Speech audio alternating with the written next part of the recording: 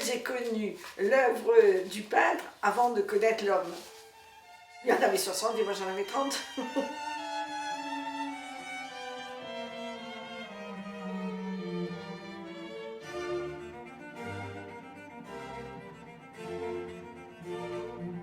Et en fait, on s'est connus à Culan. Alors que moi j'étais décoratrice de théâtre. Et de toute façon, je pense que je n'aurais pas existé une demi-heure auprès d'Estève s'il n'y avait pas eu complicité et la même passion pour l'art que nous avions. Je peux vous dire que la vie de la femme d'un artiste, elle n'est pas simple parce que tout tourne autour de la peinture. On se couche avec la peinture, on se lève avec la peinture. Estève regardait ses œuvres. Il y avait vraiment un rituel le matin de mise en condition par la lecture du courrier, un peu l'écriture du courrier, et puis le regard sur son œuvre, et tout d'un coup il y avait un tableau qui l'interpellait, et hop, il se mettait au travail.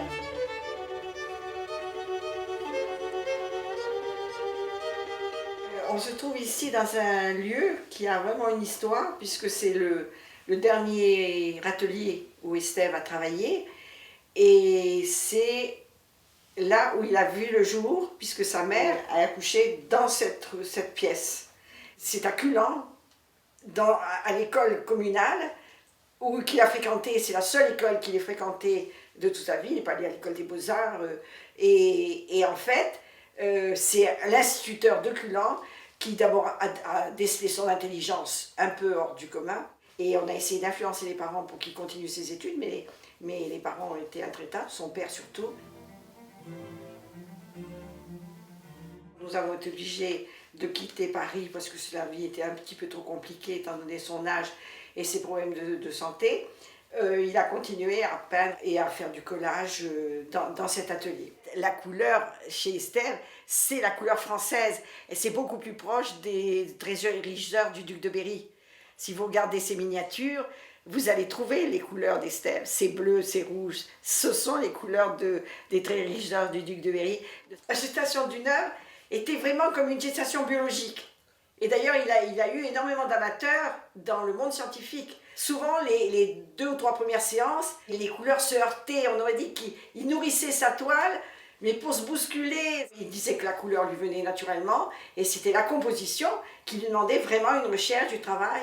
Alors on parle de la saturation des couleurs, quelquefois, mais finalement, il y a saturation jusqu'à l'équilibre. Non, Estève allait de temps en temps à des vernissages, mais très peu, avait très peu de vie mondaine. Il était vraiment dans une ambiance monastique.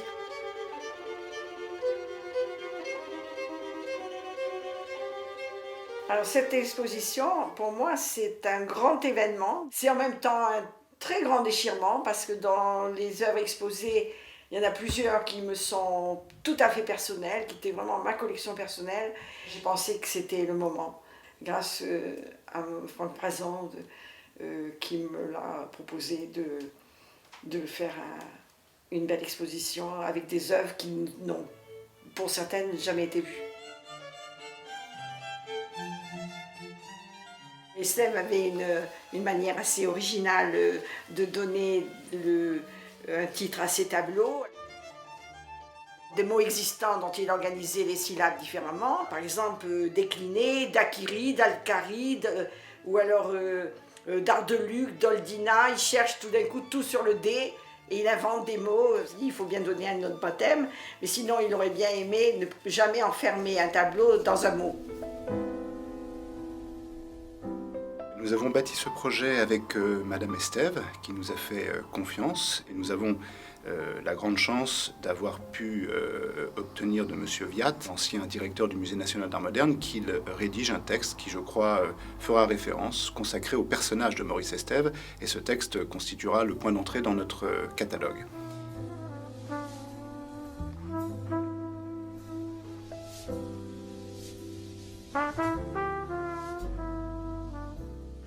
Bien qu'il s'agisse d'une œuvre qui est relativement rare, puisque dans toute sa vie et de peintre et qui a été relativement longue, Estève a fait un peu plus de 800 peintures. Nous allons montrer, nous, 25 peintures. Et lorsque mon père a eu 50 ans, je me souviens que c'était en 1985, J'ai cherché une idée qui aurait eu pour principale qualité de lui faire plaisir, c'était difficile. Et je savais à l'époque où habitait Maurice Estève à Paris. J'avais 19 ans ou 20 ans à l'époque, et je lui explique que voilà, je n'ai certainement pas les moyens de pouvoir acquérir un dessin, une aquarelle. Il connaissait mon père, savait que mon père aimait beaucoup son travail, et m'a posé 2 questions. Quel âge a votre père et où réside-t-il? Quelques jours après, j'habitais encore donc, chez mes parents à l'époque, je reçois un courrier rédigé de sorte qu'on retrouvait quelque part l'organisation, la composition des œuvres d'Estève, dans la façon dont les lettres et dont le texte s'organisaient dans la feuille. Et puis ça m'a accompagné, je suis devenu plus tard marchand de tableaux et j'ai toujours eu comme idée de pouvoir un jour consacrer en hommage à Maurice Estève une exposition. L'exposition sera inaugurée à la FIAC au Grand Palais donc, du 22 au 25 octobre, puis elle se poursuivra dans nos 2 galeries, celle de la rue de Seine au numéro 16 et celle de l'avenue Matignon au numéro 14, pour se terminer à la fin du mois de décembre 2015.